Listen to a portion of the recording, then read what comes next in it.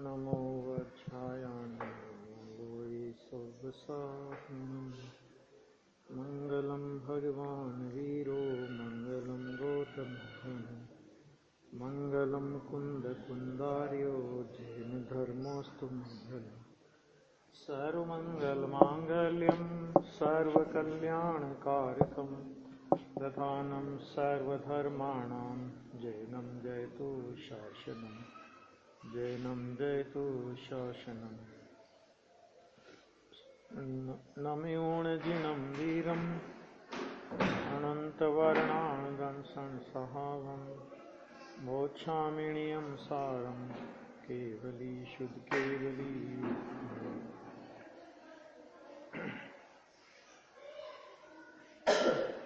45 गाथा हो गई थी और इसके बाद इसी प्रकार आचार्य देव श्रीमद् अमृत चंद्र सूरी श्री प्रवचन सार की टीका में 8वें श्लोक द्वारा कहा है कि अब 8वें श्लोक जो प्रवचन सार का है 8वां कलश, उसका उद्धरण टीकाकार पद्म मलधारी देव ने दिया है। वो क्या कहते हैं देखो जरा।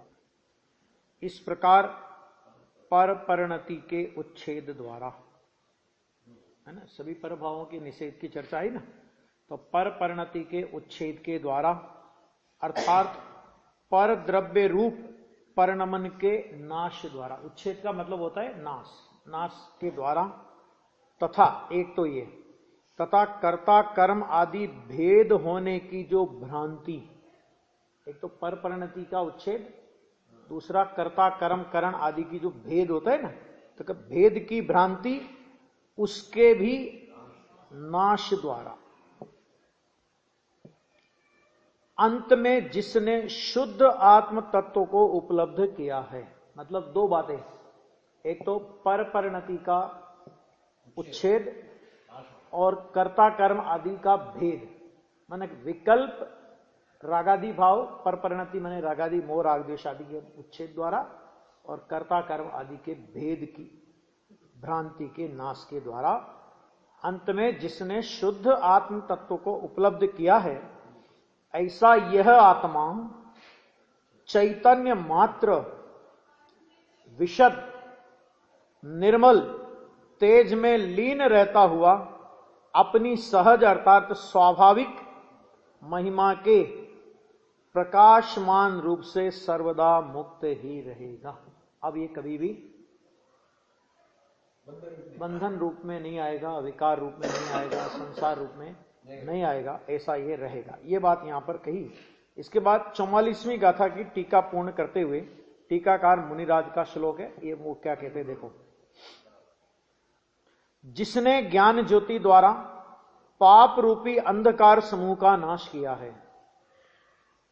क्या कहा? ज्ञान, जिसने ज्ञान रूपी ज्योति द्वारा, मैंने अपने आत्म स्वभाव जो ज्ञान स्वरूप है उसका अवलंबन लेकर के ज्ञान ज्योति जिसको प्रकट हुई, और उसके द्वारा पाप रूपी अंधकार, ज्योति इधर क्योंकि ज्योति शब्द लिया ना, इधर पाप को अंधकार लिया। जैसे सूर्य की ज्योति प्रकट हो तो अंधेरा नाश हो जाता है, तो उसी प्रकार ज्ञान ज्योति प्रकट हुई तो पाप रूपी अंधकार, पाप रूपी अंधकार माने पुण्य और पाप दोनों को लेना यहां पे, तो पाप रूपी अंधकार समूह का नाश किया है।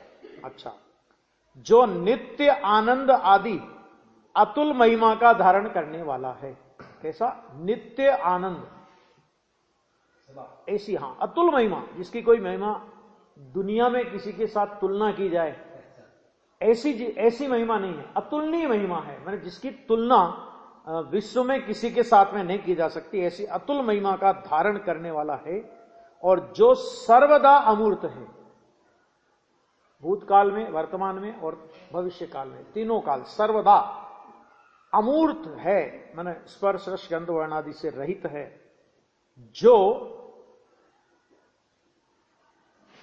अपने में अत्यंत अविचलता द्वारा उत्तम शील का मूल है। शील माने पवित्रता, शील माने शुद्धता, शील माने वितरागता, उसका मूल है अपने में अविचलता द्वारा, उत्तम शील का मूल है उस भव भय को हरने वाले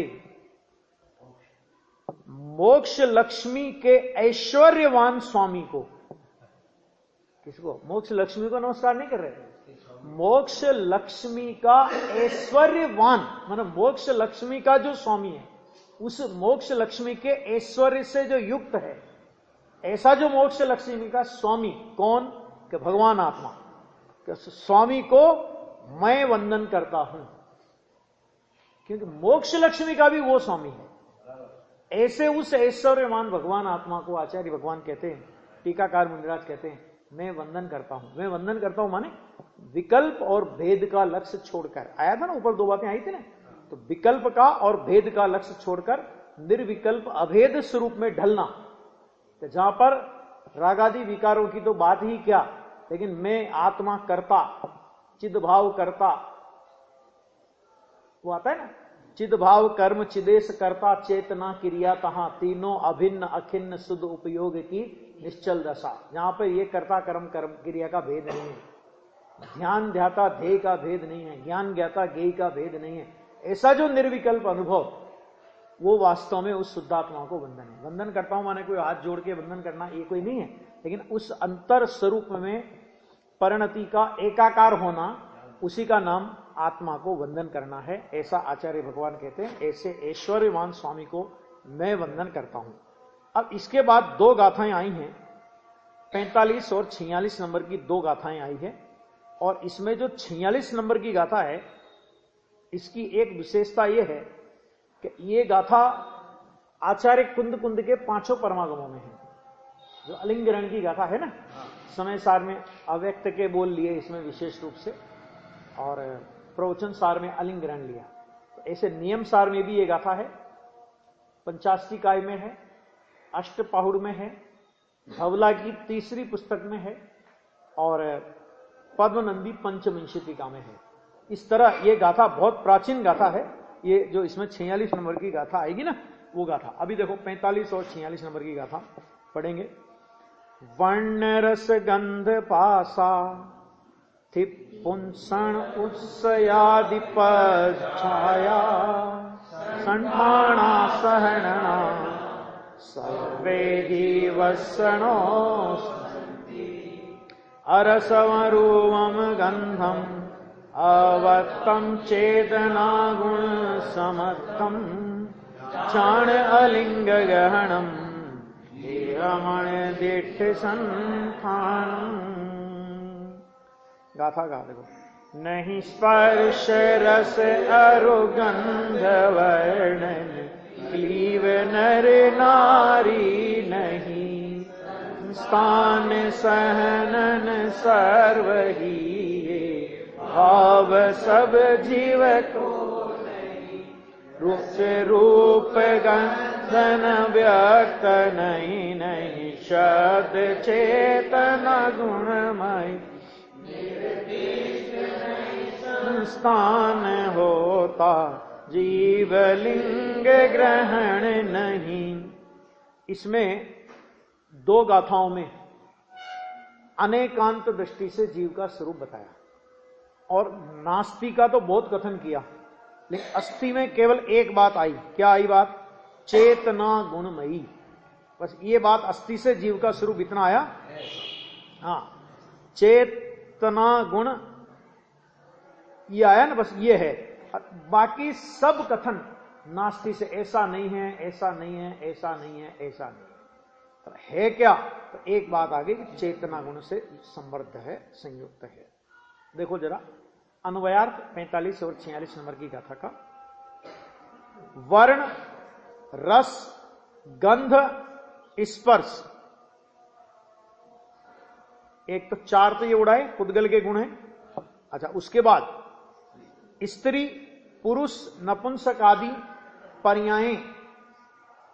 अच्छा, संस्थान और सहनन, यह सब जीव को नहीं है। एक बात। फिर उसके बाद कहा तो कैसा है जीव? तो ऊपर ये कह दिया था, ऊपर कह दिया था कि वर्ण रस गंध स्पर्श नहीं है ना, ये उसको जीव को नहीं है। अब नीचे कहा जीव को अरस, अरूप, अगंध, अव्यक्त, चेतना गुण वाला, अशब्द, अच्छा, अलिंग ग्रहण अर्थात लिंग से अग्राह्य और अनिर्दिष्ट संस्थान, मैंने जिसे कोई संस्थान नहीं कहा है, ऐसा जान, जानी ही, जान आदेश किया, ऐसा जानना चाहिए, यह है उपदेश। और ऐसा जान ये आदेश है, ऑर्डर, कि ये जान, इसमें अपनी अकल मत लगा, ऐसा जीव का स्वरूप है, ऐसा जान, है ना। अब देखो अपन लोग सामान्य रूप से जैसे अरस, आत्मा में अरस है, आत्मा अरस है, तो अपन क्या लिए कितना अर्थ करते हैं अपन लोग, अरस का कितना अर्थ करते हैं अपन लोग, आत्मा में रस नहीं, है ना। लेकिन आचार्य देव ने अरस शब्द में से समय सार में एक एक में से 6 अर्थ निकाले। आ गया, देखो जरा देखते हैं उसको भी, थोड़ा मजेदार है प्रकरण। और यहां पे देखो फिर एक चीज और समझना जरा, कि ये जो आया ना जीव को अरस, तो अरस से शुरुआत की वहां पे, देखो जरा समय सार में दिखाता हूं मैं। बहुत एक अपन तो खाली इतना अर्थ करेंगे कि आत्मा अरस है, माना आत्मा में रस नहीं है, रस नहीं है इतना नहीं कहा है अकेला, उसमें और भी बहुत सारी बातें उनने कह दी है। जरा देखते हैं, देखो निकालता हूं। 49 नंबर की गाथा, 49 नंबर की गाथा है, और उसमें देखो जरा, एक एक के 6 अर्थ निकाले हैं आचार्य देव ने।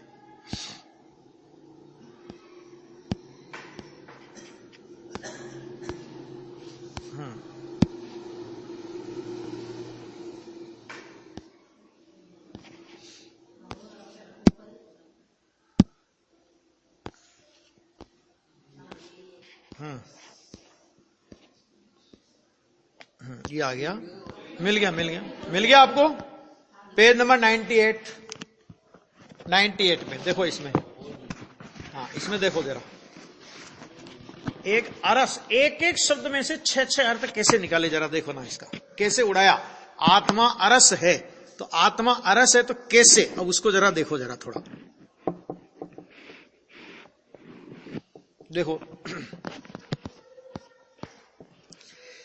जीव निश्चय से पुद्गल द्रव्य से अन्य है।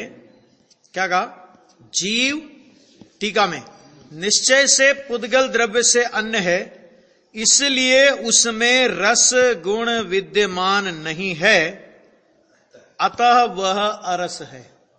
हम तो इतना ही अर्थ करेंगे, ज्यादा से ज्यादा, इससे ज्यादा तो नहीं करेंगे। अब देखो, अब कितना, नंबर 1, पुद्गल द्रव्य के गुणों से, पहले किया पुद्गल द्रव्य से भिन्न, तो पुद्गल द्रव्य से भिन्न है, तो पुद्गल द्रव्य में जो जो होगा वो सब जीव में नहीं होगा।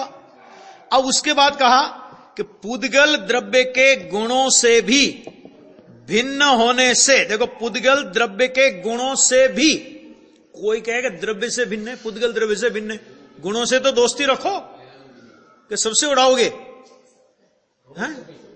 होता कि नहीं होता भाई? अरे भाई सबसे बिगाड़ मत करो, एक हाथ से थोड़ा बना के रखो। तो पुद्गल द्रव्य को तुमने उड़ा दिया, गुण को भी उड़ा रहे हो। तो यहां पे आचार्य भगवान ने कहा पुद्गल द्रव्य के गुणों से भी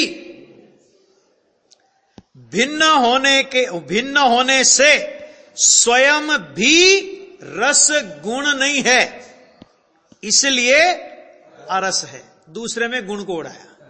अब तीसरे में देखना, परमार्थ से पुद्गल द्रव्य का स्वामित्व भी उसके नहीं है। किसके? जीव के। पुद्गल द्रव्य का स्वामित्व भी नहीं है, इसलिए वह द्रव्येंद्रिय के अवलंबन से भी रस नहीं चखता, अतः अरस है। अब क्योंकि पुद्गल द्रव्य का स्वामित्व जीव के नहीं है, और रस का जो स्वाद आता है वो तो इंद्रिय ज्ञान का स्वाद है, इंद्रिय ज्ञान के माध्यम से। तो कि जब पुद्गल द्रव्य का स्वामी आत्मा है ही नहीं, तो जिसके तुम स्वामी नहीं हो उसके अवलंबन से तुम रस को चखो, कि तुम पुद्गल द्रव्य के स्वामी नहीं हो। तो पुद्गल द्रव्य के स्वामी नहीं हो तो द्रव्य इंद्रियां पुद्गल है कि चेतन है? पुद्गल है ना। तो जब पुद्गल द्रव्य के तुम स्वामी नहीं हो तो तुम उसके अवलंबन से रस को कैसे चख सकते हो? तो आत्मा पुद्गल द्रव्य के अवलंबन से रस को नहीं चखता। आ गया? इसलिए कहा कि इसलिए अरस है। अब ये उड़ाया द्रव्य इंद्री को, अब आगे बढ़ाओ, भाव इंद्री के द्वारा तो चखता है ना। तो कहते हैं अब देखो कि अपने स्वभाव की दृष्टि से देखा जाए। अभी तक तो पुद्गल की दृष्टि से बात करी हमने, पुद्गल के द्रव्य को उड़ाया, पुद्गल के गुण को उड़ाया, और पुद्गल की पर्याय रूप द्रव्य इंद्री का स्वामित्व तो नहीं तो उसको उड़ाया, तो उसके अवलंबन से रस को नहीं चखता। अब इधर आओ कि अपने स्वभाव की दृष्टि से देखा जाए तो उसके अर्थात आत्मा के क्षयोपशमिक भाव का भी अभाव होने से, स्वभाव की दृष्टि से देखो तो आत्मा में क्षयोपशमिक भाव है ही नहीं, और क्षयोपशमिक भाव नहीं है, और भावेंद्रिय वो क्षयोपशमिक भाव रूप हो गई। तो वहां पे कहा कि क्षयोपशमिक भाव का भी अभाव होने से वह भावेंद्रिय के अवलंबन से भी रस को नहीं चखता। भावेंद्रिय के अवलंबन से भी रस को नहीं चखता। क्यों? क्योंकि भावेंद्रिय द्रव्य इंद्रिय का अवलंबन करके काम करती है, और द्रव्य इंद्रिय का स्वामित्व उड़ाया तो द्रव्य इंद्रिय का स्वामित्व उड़ाया तो भाव इंद्रिय का स्वामित्व भी साथ में उड़ गया। क्यों? क्योंकि द्रव्य इंद्रिय के साथ भाव इंद्रिय अभेद है, आत्मा के साथ अभेद नहीं हो, आत्मा में उसका अभाव है, नहीं चखता। इसलिए कहते हैं कि आत्मा कैसा है, तो उन्होंने कहा अरस। अब पांचवां अर्थ देखो, समस्त विषयों के विशेषों में साधारण ऐसे एक ही संवेदन परिणाम रूप उसका स्वभाव होने से वह केवल एक रस वेदन परिणाम को पाकर रस नहीं चखता, इसलिए अरस है। क्या मतलब? उसको तो सबका ज्ञान एक साथ होता है, ज्ञान की दृष्टि से बात करें सबका ज्ञान होता है, अकेले रस का ही थोड़ी ज्ञान होता है। ज्ञान तो अकेले वो इसके कारण वो रस को नहीं चखता, इसलिए अरस। अर्थात उसे समस्त ज्ञेयों का ज्ञान होता है, परंतु सकल ज्ञेय ज्ञायक के तादात्म्य का अर्थात एक रूप होने का निषेध होने से रस के ज्ञान रूप परिणमित होने पर भी स्वयं रस रूप परिणमित नहीं होता। इसलिए कैसा है कि वो अरस है। इस तरह 6 प्रकार के रस के निषेध से वह अरस है। ऐसे एक एक में घटित किया है, अकेला इतना ही नहीं है, यहां तक ले गए रस की। द्रव्येंद्रिय के अवलंबन से रस को नहीं चखता, भावेंद्रिय के अवलंबन से रस को नहीं चखता, अकेले रस परिणाम कोई जाने ऐसा उसका स्वभाव नहीं है, सब में साधारण है वो तो वो आ रहा है, उसमें क्या दिक्कत है। और सब और रस के ज्ञान रूप परिणमित होने पर भी स्वयं रस रूप परिणमित नहीं होता। मतलब क्या? ज्ञान मीठा हो गया, मीठे को जाना तो ज्ञान मीठा हो गया, ऐसा रस है। तो इस तरह एक एक पे घटित किया है। नियम सार में इतना विस्तार नहीं लिया है, समय सार में ये लिया है। फिर अव्यक्त के बोल का इन्होंने और विस्तार से लिया है, वो तो अलग विषय है, तो वो सब लिया है। अभी देखो इधर अपना जो नियम सार में चल रहा है,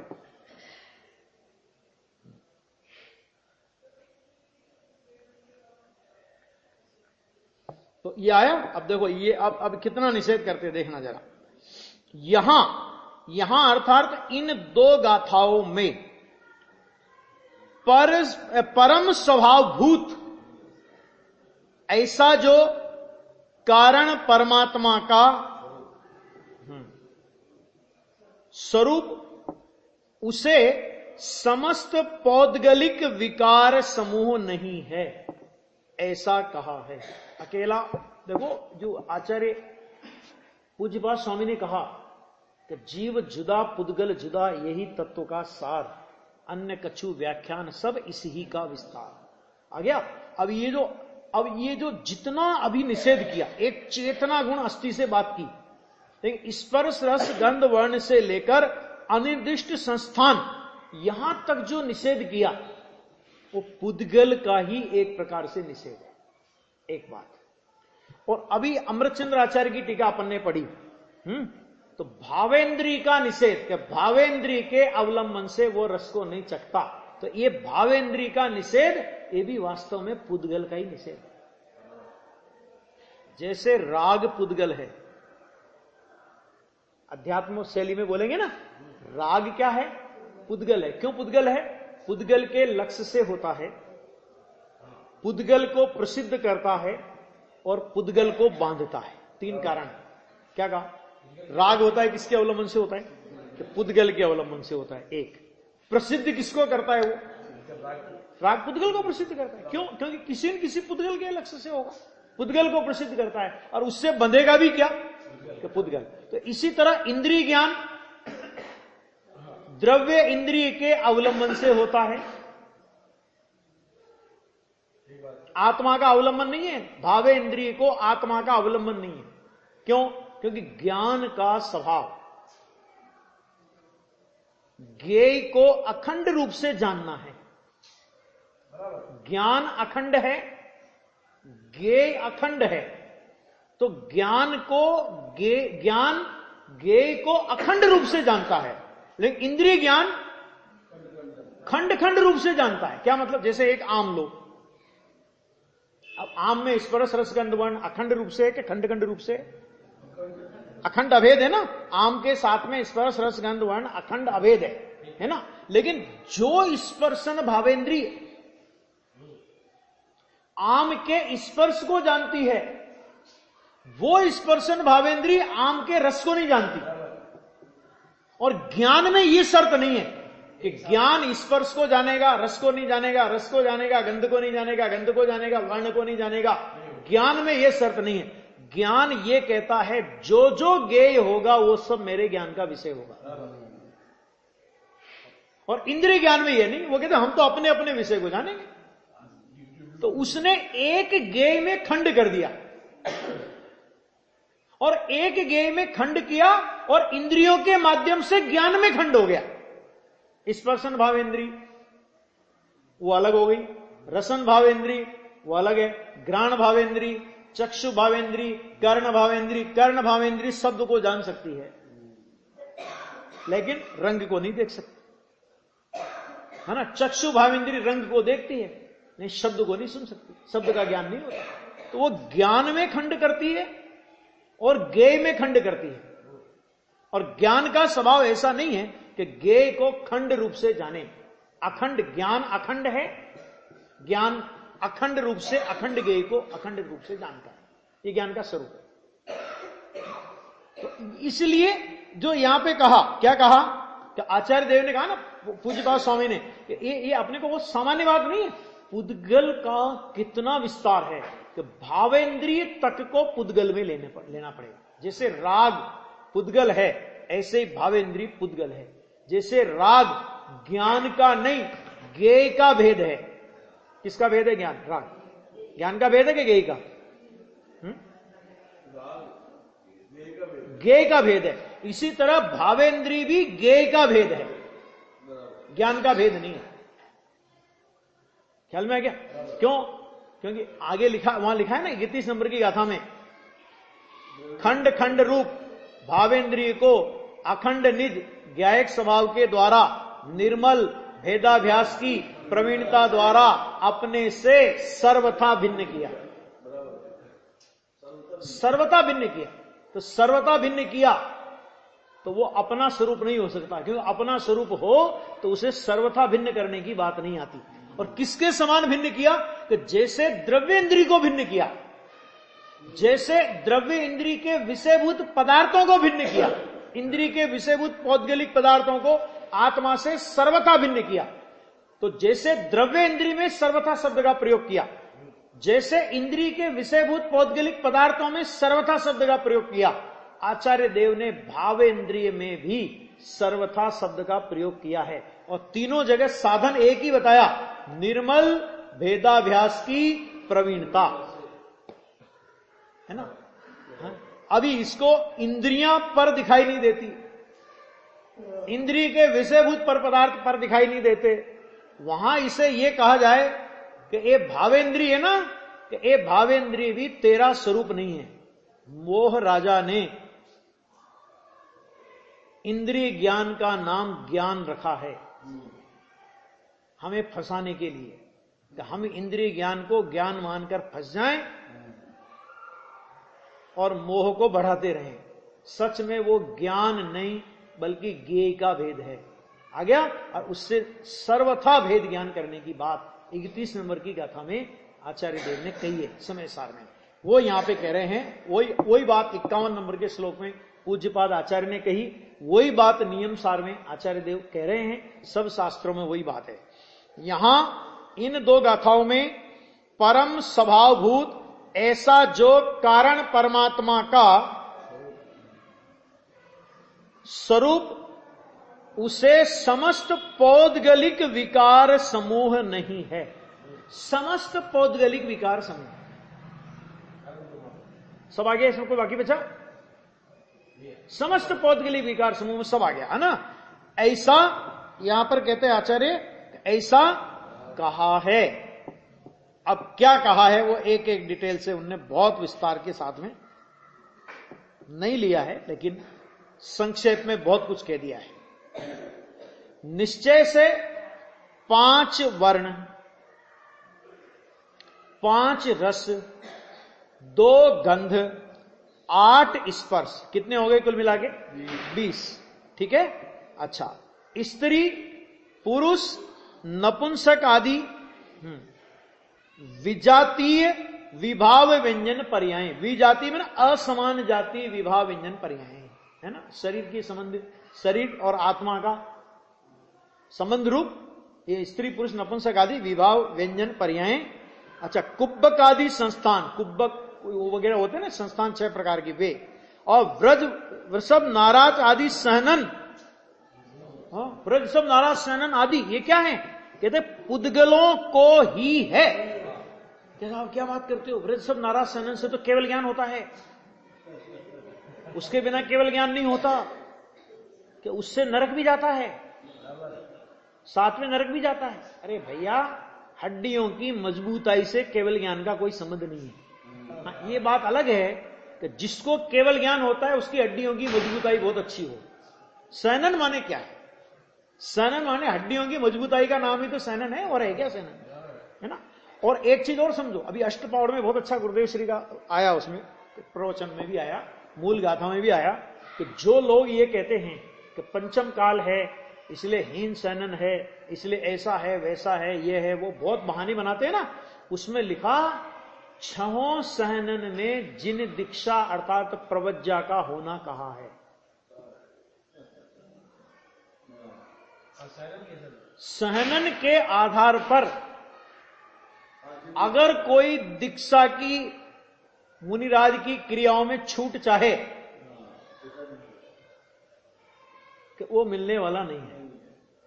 क्यों? क्योंकि 6 सहनन में प्रवज्जा कही गई है। आ गया? ये समझ लेना। हाँ, खैर, तो ये सब क्या है? ये सब पुद्गलों को है, मतलब ये सब पुद्गल की रचना है। भगवान आत्मा का इसमें कुछ नहीं। आत्मा को हड्डियां नहीं, तो हड्डियों की मजबूताई आत्मा में क्या करेगी, है ना। आत्मा में मोटा ठिंगना पना ये सब आत्मा का स्वरूप ही नहीं है। आगे देखो, जीवों को नहीं है। क्या कहते हैं? वृषभ सनन पुद्गलों को ही है, जीवों को नहीं है। आगे देखो, संसार दशा में, ये तो एक बात बताई, पहले तो बताई निश्चय से, ये पहले बात आ गई। मैंने मूल स्वभाव को देखो तो ये व्यवस्था। अब संसार दशा में क्या होता है कि संसार दशा में स्थावर नाम कर्म युक्त संसारी जीव को, देखना ध्यान से जरा, सुनना जरा, संसार दशा में एक बात, ये मतलब क्या कि ये त्रिकाली स्वभाव की बात नहीं है। पहले अभी ये समझ दो, यहां पे संसार दशा में माने त्रिकाली स्वभाव की बात नहीं है। दशा, संसार दशा में, वर्तमान संसार दशा की बात चलती है, ठीक है। उसमें भी स्थावर नाम कर्म युक्त, तो जिनको स्थावर नाम कर्म का सहितपना है, निमित्त नैमित्तिकपना है, सहितपना है, ऐसे संसारी जीव को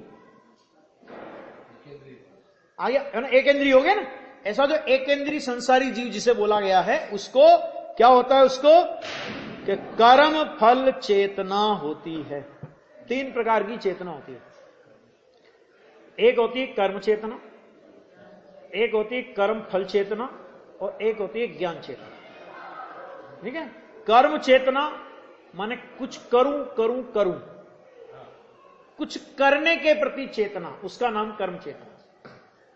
भोगने के प्रति चेतना, भोगने के प्रति सावधान, उसको बोलते हैं कर्म फल चेतना। और आत्म स्वभाव के प्रति सावधान, उसे बोलते हैं ज्ञान चेतना। ठीक है, तो ज्ञान चेतना की शुरुआत तो होती है चौथे गुणस्थान से। यद्यपि चौथे गुणस्थान में कर्म चेतना और कर्म फल चेतना भी होती है, लेकिन वो अस्थिरता जन्य होती है। समझ आ गया नहीं आ गया? अस्थिरता जन्य, एकत्व बुद्धि की कर्म चेतना कर्म फल चेतना नहीं होती। ज्ञान चेतना की शुरुआत हो जाती है और ज्ञान चेतना की पूर्णता सिद्ध दशा में हो जाती है, अनंत भगवान को, सिद्ध भगवान को होती है। तो एकेंद्रीय जीव को कौन सी चेतना है? तो उसको मुख्य, ये जो कर्म फल चेतना, तो कर्म फल चेतना माने मुख्यतः समझना उसको।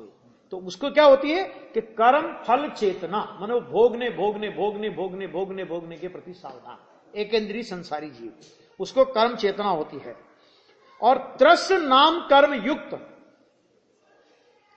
त्रस माने 2 इंद्री, 3 इंद्री, 4 इंद्री और पंचेंद्री, संगी असंगी सभी आ गए। संसारी जीव को कार्य सहित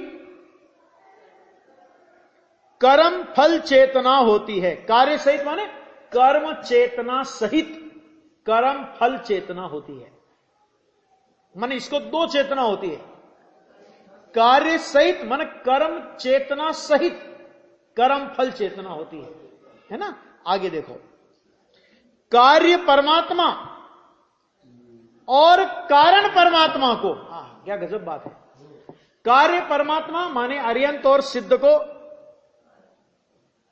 और कारण परमात्मा को क्या होता है? शुद्ध ज्ञान चेतना होती है। इसमें 2 बातें, कार्य परमात्मा को जो शुद्ध ज्ञान चेतना होती है वो परिणमन रूप है ना, और कारण परमात्मा को जो शुद्ध ज्ञान चेतना होती है वो ध्रुव रूप है। आ गया? नहीं तो कोई कहेगा कारण परमात्मा में माने निगोदिया जीव को भी शुद्ध ज्ञान चेतना है और सिद्ध को भी शुद्ध ज्ञान चेतना है। अंतर क्या है? तो जो उसका जो कारण परमात्मा स्वरूप है, उस कारण परमात्मा स्वरूप की जो शुद्ध चेतना है वो त्रिकाल शुद्ध ज्ञान चेतना है। और अरिहंत सिद्ध को, क्योंकि वो कारण परमात्मा भी है और कार्य परमात्मा भी है, उनका त्रिकाली स्वभाव वो है कारण परमात्मा। और वर्तमान जो अरिहंत और सिद्ध दशा की पर्याय प्रकट हुई वो क्या है? वो कार्य परमात्मा। तो त्रिकाली स्वभाव की अपेक्षा से देखो तो शुद्ध ज्ञान चेतना वो त्रिकाली, और कार्य परमात्मा को प्रकटता की अपेक्षा से देखो तो शुद्ध ज्ञान चेतना वो परिणमन रूप।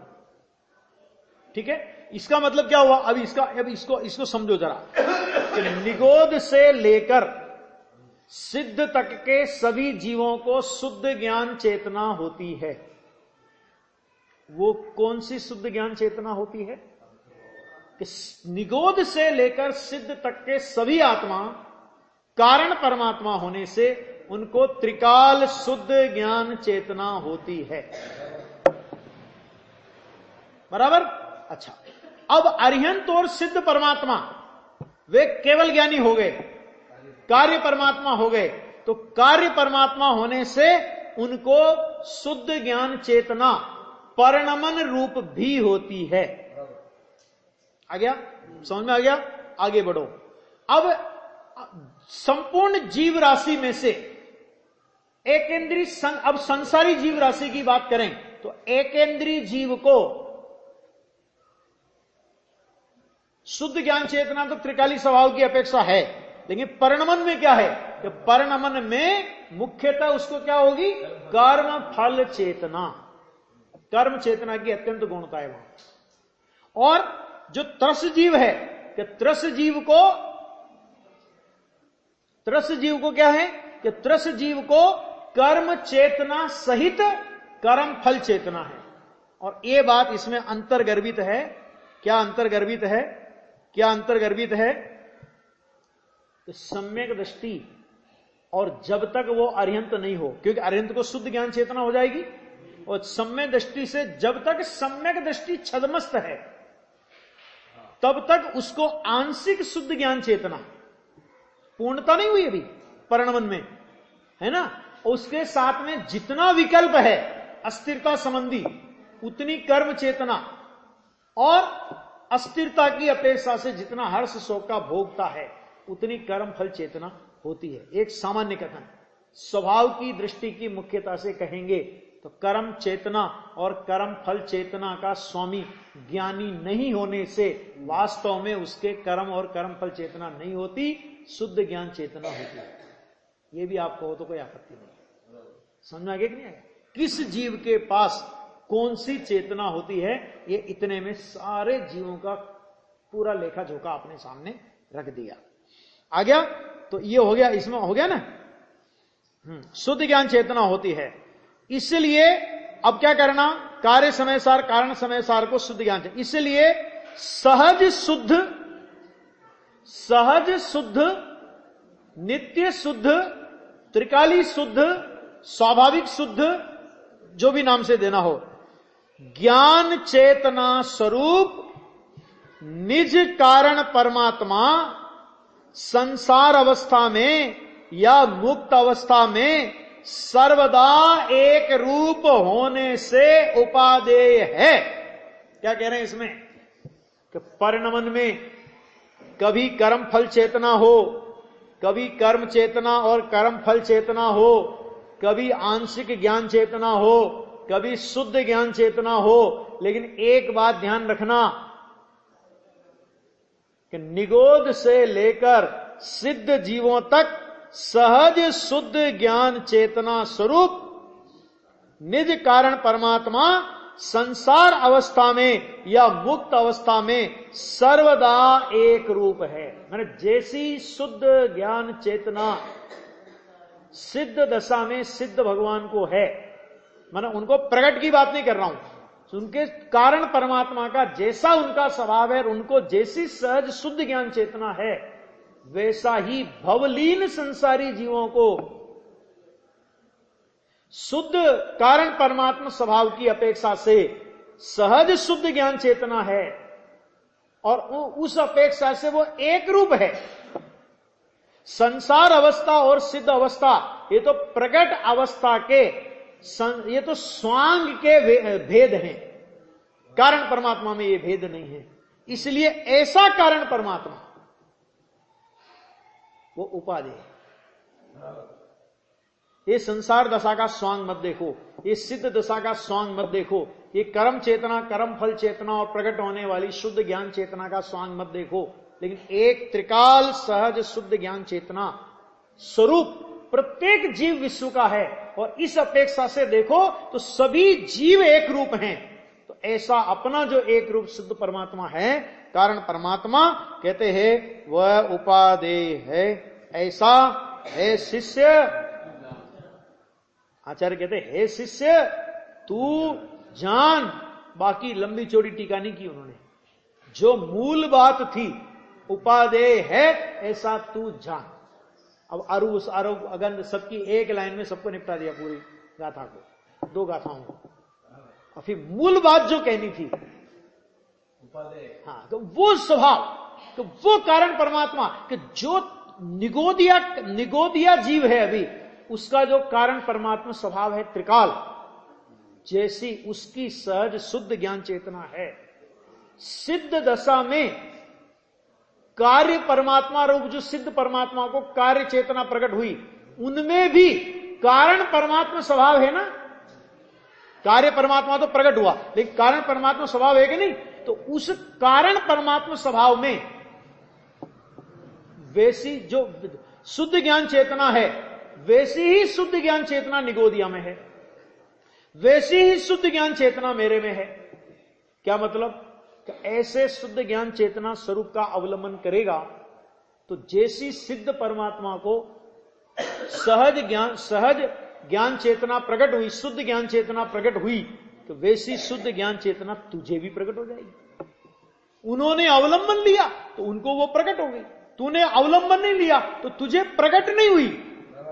लेकिन तेरा स्वभाव भी सहज शुद्ध ज्ञान चेतना स्वरूप है, तू सिद्धों की जाति का है। क्यों? क्योंकि अगली गाथाओं में उन्हें सिद्ध और संसारी को एक रूप बताना है, तो उसके बीज इस गाथा में उन्होंने डाल दिए। ज्ञान चेतना एक जैसी है ना, त्रिकाल ज्ञान चेतना में कोई अंतर नहीं है। इस बात की कबूलात इन 45 और 46 नंबर की गाथा में आचार्य देव ने अपने से करवाई है ना। अब उसके बाद वो अगली गाथा में वो जो सिद्ध भगवान जैसे हैं वैसे भवलीन संसारी हैं, ये चर्चा लगातार 2 गाथाओं में आएंगी, है ना। बहुत अच्छी चर्चा उसमें आने वाली है, शेष चर्चा।